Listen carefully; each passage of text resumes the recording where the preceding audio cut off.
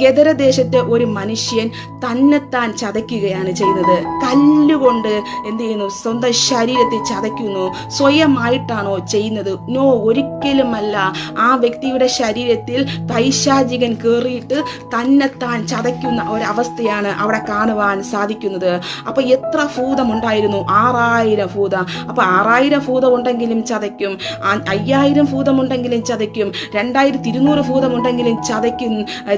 സ്തോത്രം, ഹല്ലേലൂയ. അപ്പോൾ അറിഞ്ഞും കൊണ്ടല്ല ചെയ്യുന്നത്, പൈശാചികൻ ഉള്ളിൽ കയറിയിട്ടാണ് ഇങ്ങനെയൊക്കെ ചെയ്യുന്നത്. സ്തോത്രം.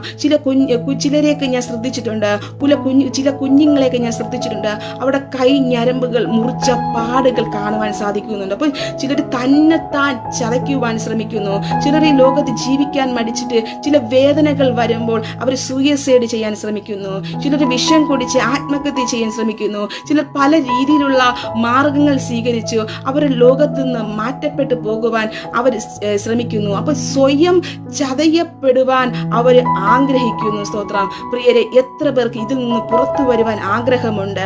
എൻ്റെ യേശു നിന്നെ സ്നേഹിക്കുന്നു. ലോകം തരാത്ത സമാധാനം, ലോകം തരാത്ത സന്തോഷം എൻ്റെ കർത്താവിന് നിങ്ങൾക്ക് തരുവാൻ കഴിയും.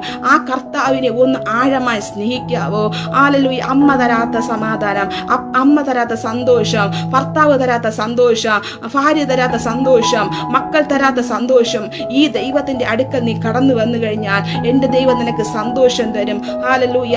എന്നെ കേൾക്കുന്ന ചിലരുണ്ട്, സ്വത്രം ഇതിനകത്തുണ്ട്.